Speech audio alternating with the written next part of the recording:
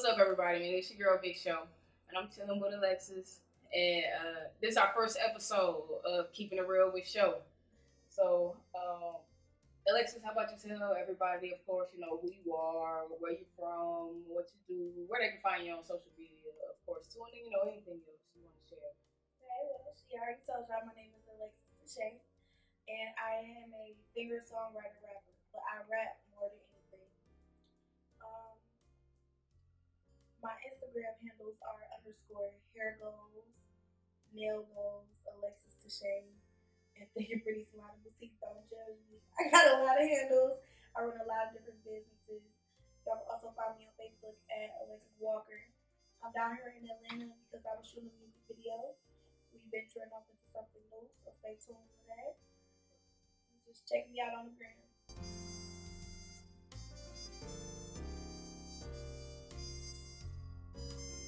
So you say you down here in Atlanta, so you from the D, right? Yeah, that's what's up, man. Shout out to the D, of course, man. You already know from the D too.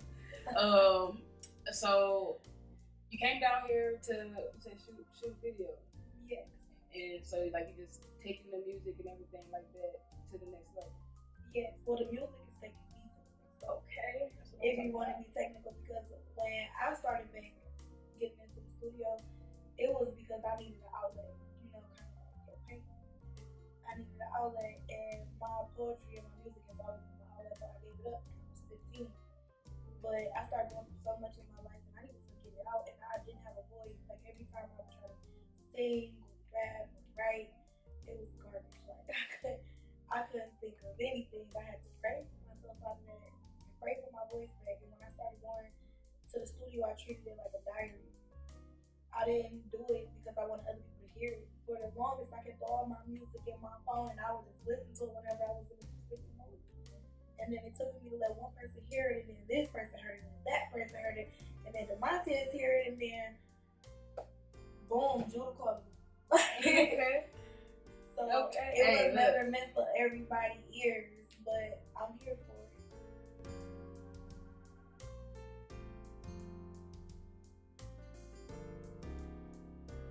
And it's a lot of wonderful connections down here in Atlanta. I'm definitely glad you came and took the trip, and shout out to you. I got the cameo in the video and shit. You know what I'm saying? So y'all be on the lookout for that. It's going the fuck crazy. So what initially really got you into music? Well, I always wrote poetry, and I used to sing in the choir when I was a little girl, and my brothers they rap, but I would hear some of their music and it was trash. And I'd be like, no, write this here, write that there, and then after a minute they're like, no, you coming to the studio with us. Oh, and we need you to sing this too. But then they took me to the studio once they left, and the manager there kind of broke me up in the booth. I was 12. I stopped going. I ain't go to the studio no more after that. Whatever they needed me to write, I wrote it at the crib. You get what I'm saying? I ain't go to the studio. That's fucked up. But that's how it started. And it quickly took a left turn. That's wild. Thanks. Yeah, I'm sure it's crazy.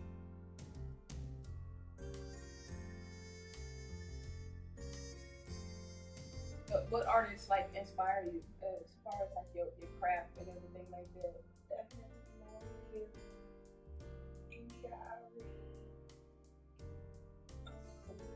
Jill Scott, my baby. She coming out of a different bag right now, but that's my baby. Janet Jackson, oh my God, that's my idol. And I don't idolize nobody but her. If you ever see this, I promise. I love her, for real. I do. So what's your favorite Janet Jackson? I don't want to say. Because the one song on there is it's one song on there that just makes me cry, and it's because my cousin got you, and that song makes me feel. So I just keep that to myself. Just know I love her as an artist as a whole. Yeah, that's what's up. Man. My first concert. My very first. Do you know? Even though I love her so much, I'll never go to her concert. It was a wonderful experience. It was a Velvet Rope tour that I went on. It was lit. It was lit. But yeah, so Janet Jackson, definitely a great artist. You of course love some of the greats, and that's dope. Those like some of the artists that you came up on. Are you like you listen to different genres of music? Yes, rap, pop, rap, indie, rock, punk rock. Only thing I don't listen to is heavy metal. It give me a massive headache. Like I can't. I don't even understand it. Like, so that's the one thing that I don't vibe with. But I sing some everything.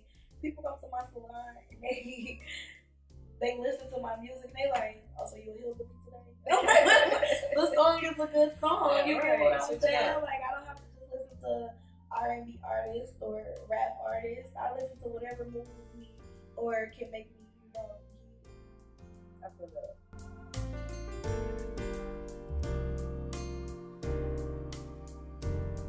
So you said your salon. You run a salon? Yes, Thick and Pretty Salon and Boutique. That's what's up. In Detroit, the Greenfield Plaza, Suite 424. Y'all definitely fuck with me. She got her hair laid and shit up in here, you know what I'm saying? Nails too. Okay. I do it all myself. Hair, nails, makeup. That's what's up. And so how long you been on that? I started doing hair with braiding. I made my first day when I was 9 years old. And I didn't really want to be a hairstylist. I did because every woman in my family do hair. And it's like, I'm not, let me do something different. So I went to school to be a medical assistant. I worked in that field for 4 years. And then I'm in school right now to be a nurse anesthetist. But I'm going to switch my major to just business management. And I ended up going back to hair because even though I was in the medical field, I was still dealing with people, but I was dealing with people on a different scale. It was a more emotional scale.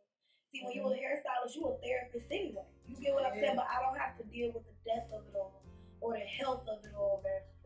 You know, I can just help you through whatever problems you come sit in my chair, tell me you need to feel good, let me make it happen. You know, give you some relationship advice. I still get to interact with people. Yeah. I'm a people person. You know, my day don't go right if I don't get to say hi to at least 20 people. We're not gonna say that. But yeah, so I went back to hair. Plus, I made more money going hair. I mean, yeah, when you get those checks as a medical assistant and stuff like that, you're like, dang, it's a fat check. But I made that check in 2 days going to hair. Right. So it's like, I wasn't losing. I feel that. And then just, open up your own spot and everything like that. Yeah. Hey, man, that's what you gotta do. Get out here and hustle. And if it's any nail techs or lash estheticians looking for a place in Detroit to work, You know what I'm saying? They actually giving out jobs, opportunities. That's what I'm talking about. Shout out to black businesses.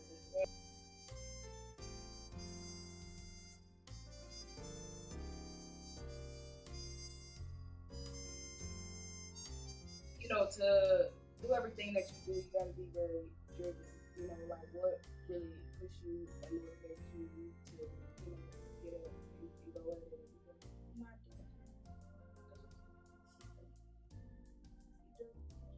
I got a little girl, and she keep me together, okay? If she know I'm about to get the camera, the picture, anything, she like, Mom, let me fix your hair, let me get your lip gloss. She's 6, y'all.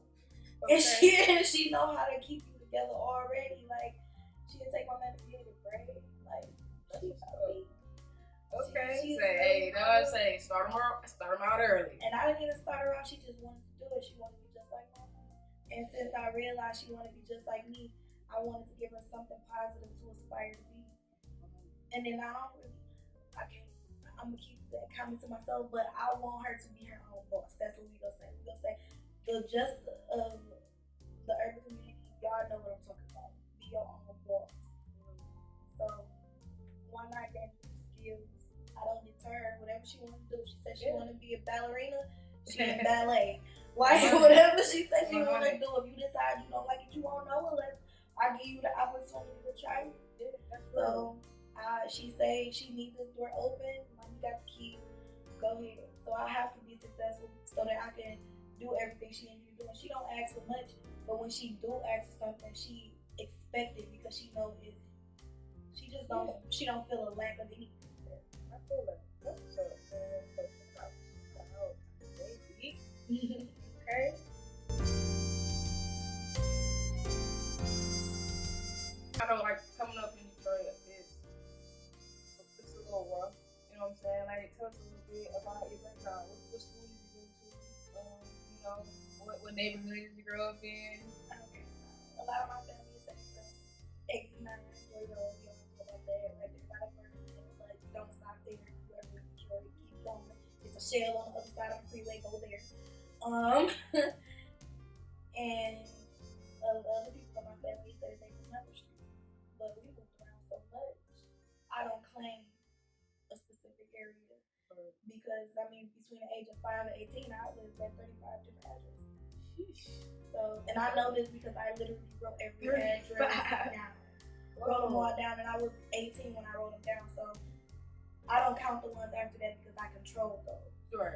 But the ones before that, you know, I was in therapy and it was more homework, so I had to buckle down and write it all out. And that's how I realized I was at 35 different addresses. So I've been to a lot of different schools. I'm just from Detroit.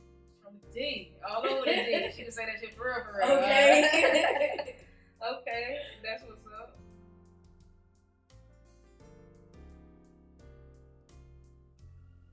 How do you feel about, like, Detroit now? I have, you know, I go back and visit, of course, but I haven't lived there like maybe 13, 14 years or whatever.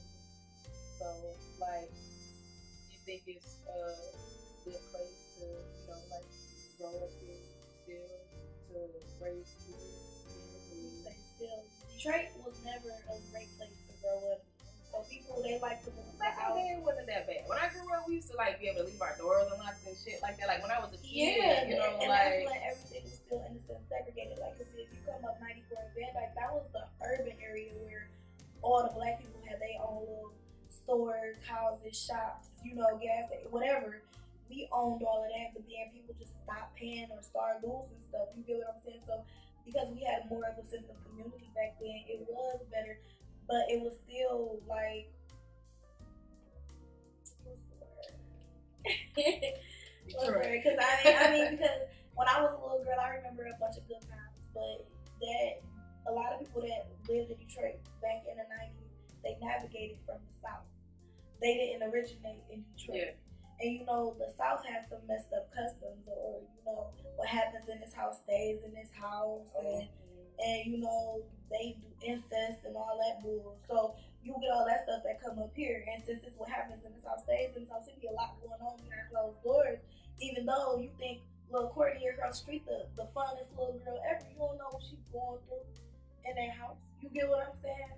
So I mean, I just feel like it's more of a mental state. It depends on, Detroit is really what your parents do, and then once you become an adult, it's what you make. And then in Detroit, you really gotta pay attention to your kids. And if you're not paying attention to your kids, then 80% of them gonna fall through the cracks. Yeah, you know, I was glad to get up and get away, to be able to get up and get away. Oh, as far as your career, where do you see yourself like taking the music and everything? As far as wherever it's gonna take me, because like I said, oh yeah, it's move around, yeah. I'm not. It's literally moving. So, this was your first video that you shot down here? Yes, and I watched. Let me tell you, I watched a docuseries on Beyonce maybe a year or two ago, and she was talking about Sasha Fierce, which is her alter ego. And like people say, oh, she turned into the devil. She turned, you know, because her facial expressions change, and it's like a different person. So she's like, no, that's just her alter ego. She don't even remember half the stuff that she do when she on stage. I'm like, nah, she crazy. That's a demon. You get what I'm saying? But last night I had my first performance, and I had a couple shots to that. What's the hell is it called? Casamigos. Yeah. Okay. And he gave me that mic, and I don't remember half the stuff I did. All I know is that I turned the club up. Before I knew it, I was doing stuff that I didn't even think I could do. Y'all see me, I'm a chunky girl. I don't do no making a Stallion knees. I don't be down there squatting. bouncing with it. I was on it. I was on all that. Super lit. But I don't remember a lot of the stuff I did or what parts of the song I did it to. You get what I'm saying? I literally just worked the floor in the crowd and I did whatever felt right in that moment. Because it was definitely spur of the moment. I thought I was just going to go turn up. I did not know I was getting on. But I guess I got an alter ego. Hey,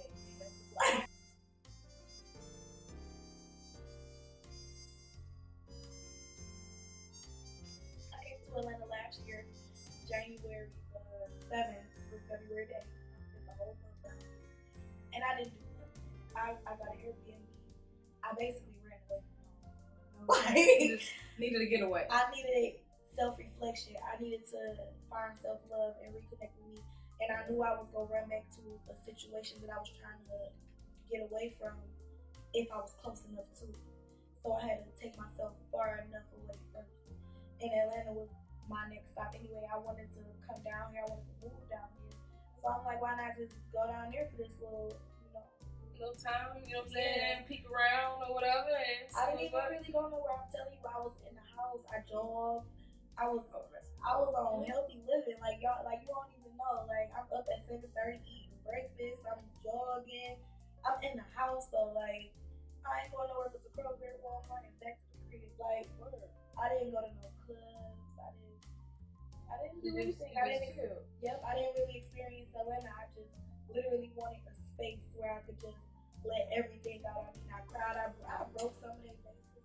Like I went through a lot. Like it was like I did, but I needed that time. Yeah, I mean, taking time for yourself is definitely necessary. I'm a very firm believer that you got to do what's best for you so you can get into the space that you need to be, so that you can continue on the mission that you're supposed to be on.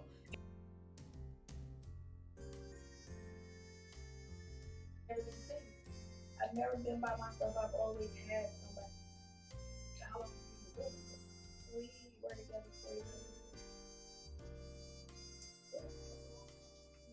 Yeah, and to not be. It's easy to lose yourself, you know, being with someone for so long.